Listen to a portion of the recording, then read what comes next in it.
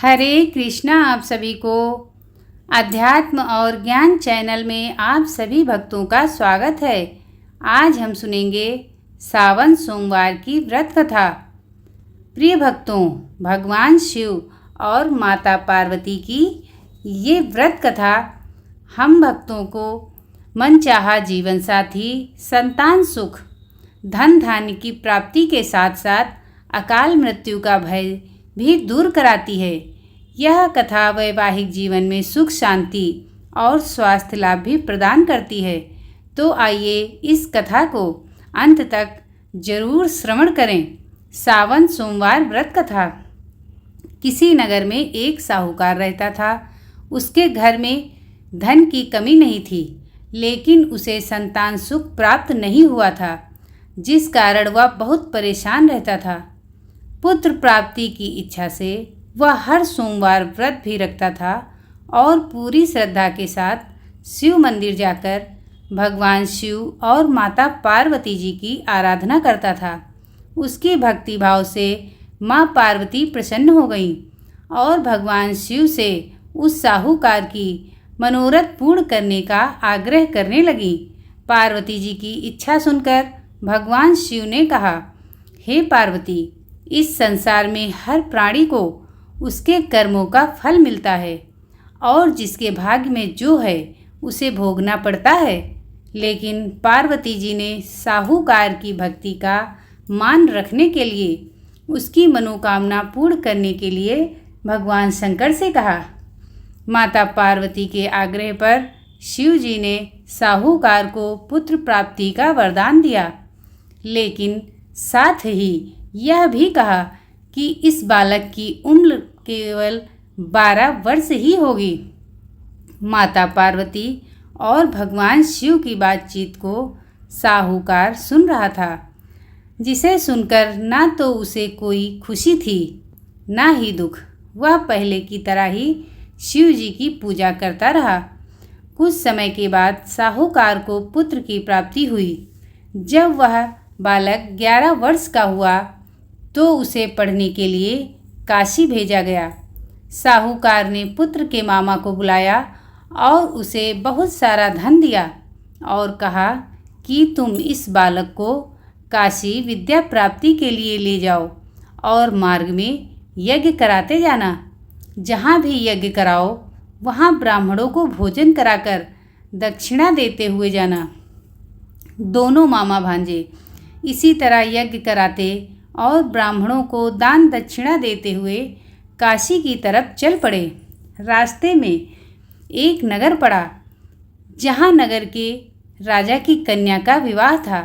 लेकिन जिस राजकुमार के साथ उसका विवाह होने वाला था वह एक आंख से काना था, जिसकी जानकारी लड़की और उसके घर वालों को नहीं थी।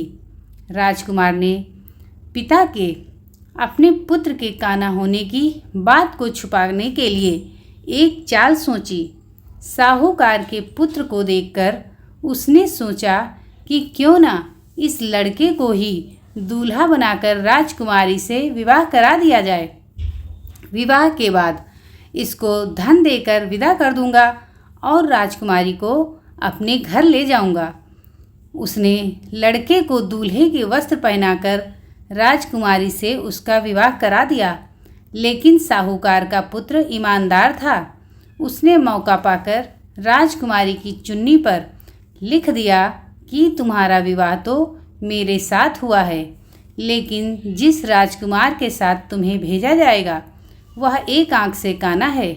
मैं तो काशी पढ़ने जा रहा हूँ। राजकुमारी ने जब चुन्नी पर लिखी बात अपने माता पिता को बताई, राजा ने अपनी पुत्री को विदा नहीं किया।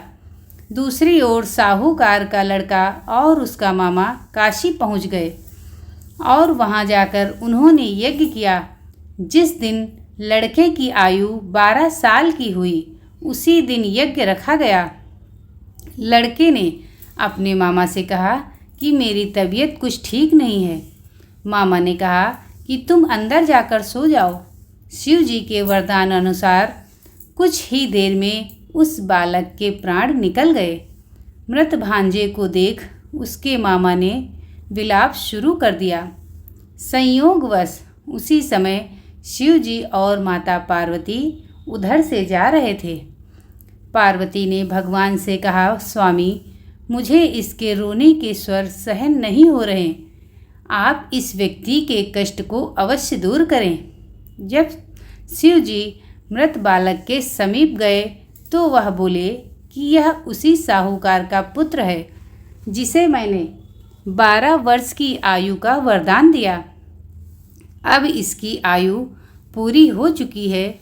लेकिन मातृभाव से विभोर माता पार्वती ने कहा कि हे महादेव, आप इस बालक को और आयु देने की कृपा करें, अन्यथा इसके वियोग में इसके माता पिता भी तड़प तड़प कर मर जाएंगे। माता पार्वती के आग्रह पर भगवान शिव ने उस लड़के को जीवित होने का वरदान दिया। शिव जी की कृपा से वह लड़का जीवित हो गया। शिक्षा समाप्त करके लड़का मामा के साथ अपने घर की ओर चल दिया।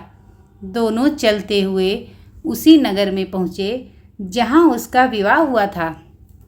उस नगर में भी उन्होंने यज्ञ का आयोजन किया। उस लड़के के ससुर ने उसे पहचान लिया और महल में ले जाकर उसकी खातिरदारी की और अपनी पुत्री को विदा किया।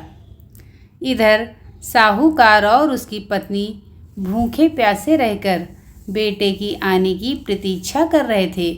दोनों ने प्रण लिया था कि यदि उन्हें अपने बेटे की मृत्यु का समाचार मिला तो वह अपने शरीर का त्याग कर देंगे, परंतु अपने बेटे के साथ जीवित होने की बात सुनकर वह बेहद प्रसन्न हुए। उसी रात भगवान शिव ने व्यापारी के सपने में आकर कहा, मैं तेरे सोमवार के व्रत करने और व्रत कथा सुनने से प्रसन्न होकर तेरे पुत्र को लंबी आयु प्रदान कर रहा हूँ। इसी प्रकार जो कोई सोमवार व्रत कथा कहता है या सुनता है उसके सभी कष्ट दूर होते हैं। बोलिए शंकर भगवान की जय, माता पार्वती की जय। ऐसी ही रोचक और दिव्य कहानियाँ सुनने के लिए वीडियो को लाइक और चैनल को सब्सक्राइब कीजिए। कमेंट में हर हर महादेव लिखना ना भूलें। धन्यवाद।